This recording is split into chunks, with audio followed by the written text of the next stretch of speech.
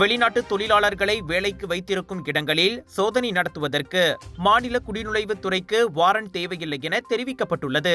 வெளிநாட்டினரை வேலைக்கு அமர்த்துவதாக சந்தேகிக்கப்படும் இடங்களில் சோதனைகள் நடத்துவதற்கும் ஆவணங்களை சரிபார்க்கவும் சம்பந்தப்பட்டவர்களிடம் விளக்கம் பெறவும் அமலாக்க அதிகாரிகள் நடத்தும் வழக்கமான நடவடிக்கைகளாக அந்த சோதனைகள் அமைவதாக தெலுங்கானா மாநில குடிநுழைவு இயக்குநர் மொஹம்மத் யூஸ்ரி மொஹம்மத் நோர் கூறினார்.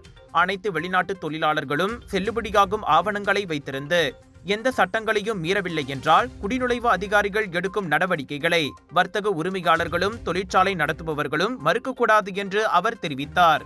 நிர்வாகத்தின் அனுமதி இல்லாமல் குடிநுழைவுத் துறையின் அமலாக்க குழுவை வளாகத்திற்குள் நுழைய அனுமதித்ததற்காக தொழிற்சாலை மேற்பார்வையாளர் ஒருவர் பாதுகாவலரை கண்டித்த சம்பவத்திற்கு மொஹம்மத் யூஸ்ரி பதிலளித்தார்.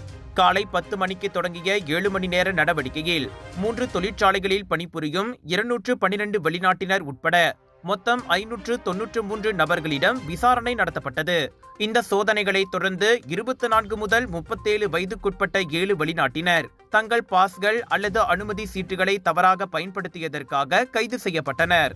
ராஜயோகாவில் அனைத்து கங்கைகளிலிருந்தும் கும்பகோண மகாமகத்தின் புனிதமான லட்சுமி குபேர வாஸ்து தீர்த்தம், ராஜயோகாவின் தனித்துவ தரம் கொண்ட சுண்ணாம்பு, ராஜயோகாவின் இயற்கை வல்லமை கொண்ட சீயக்காய், இயற்கையான சந்தன கட்டைகளிலிருந்து நிறைவான வாசம் கொண்ட சந்தனம், தெய்வீக வழிபாட்டிற்கு ஹோம குச்சிகள் அனைத்தும் உங்கள் ராஜயோகாவில். இது ஒரு சிம்லா மார்க்கெட்டிங் வெளியீடு.